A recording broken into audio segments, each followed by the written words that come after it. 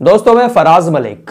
आज का वीडियो थोड़ा सा अलग टाइप का होने वाला है क्योंकि आज हम अपने देश के कर्मठ, जुझारू, ईमानदार, दौलतमंद नेताओं को थोड़ा सा जीके का ज्ञान देने वाले हैं। हमारे देश के नेताओं के पास दौलत की कोई कमी नहीं है, लेकिन एजुकेशन की शायद थोड़ी बहुत कमी नजर आती है इनके अंदर। यही वजह है कि आज हमारे देश के जो पढ़े लिखे युवा बेरोजगार फिर रहे हैं, हमारे देश के नेताओं को इनका दर्द समझ में नहीं आता। खैर, इस टॉपिक पर बात नहीं करेंगे। मामला बिहार से जुड़ा हुआ है। हमारे माननीय प्रधानमंत्री नरेंद्र मोदी साहब के पार्टी के एक नेता हैं सुशील कुमार मोदी, नामा राशि हैं मोदी साहब के। सुशील कुमार मोदी पिछली वाली सरकार में उप मुख्यमंत्री रह चुके हैं बिहार के। इन्होंने कांग्रेस और राहुल गांधी के ऊपर निशाना साधते हुए एक ट्वीट किया। ध्यान से देखिएगा, समझिएगा इस वीडियो को और देखिएगा कि आखिर इनका ट्वीट करने का मकसद क्या है। सुशील कुमार मोदी लिखते हैं कि राहुल गांधी बताएं कि देश के पहले 5 शिक्षा मंत्री केवल एक ही समुदाय से क्यों बनाए गए। एक ही समुदाय का मतलब मुस्लिम समुदाय से ही क्यों बनाए गए। आजादी के बाद पहले 5 शिक्षा मंत्री। भारत का विकृत इतिहास पढ़ाए जाने और भगवान राम का अस्तित्व नकारने के लिए क्या कांग्रेस माफी मांगेगी। ये ट्वीट आपको अभी समझ में नहीं आया होगा, लेकिन अब समझ में आएगा कि इनका कहने का मकसद क्या है। सुशील कुमार मोदी का कहने का मकसद ये है कि जब आजादी के बाद भारत में कांग्रेस की सरकार बनी थी तो कांग्रेस ने अपनी सरकार में शुरू में जो 5 शिक्षा मंत्री बने थे वो मुसलमानों को बनाया था। वो 5 शिक्षा मंत्री मुसलमान बनाए थे और उन्होंने जो है इतिहास के साथ छेड़छाड़ की और उन मुस्लिम शिक्षा मंत्रियों ने राम के अस्तित्व को मिटाने की कोशिश की। राम के अस्तित्व को मिटाने की कोशिश की।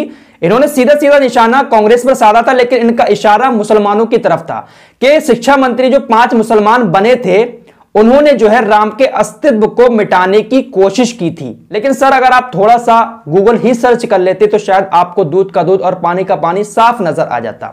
सुशील कुमार मोदी जी ने कहा कि 5 शिक्षा मंत्री मुसलमान बनाए गए थे। जरा आप ध्यान से सुनिएगा। पहले शिक्षा मंत्री जो थे मौलाना अब्दुल कलाम आजाद थे।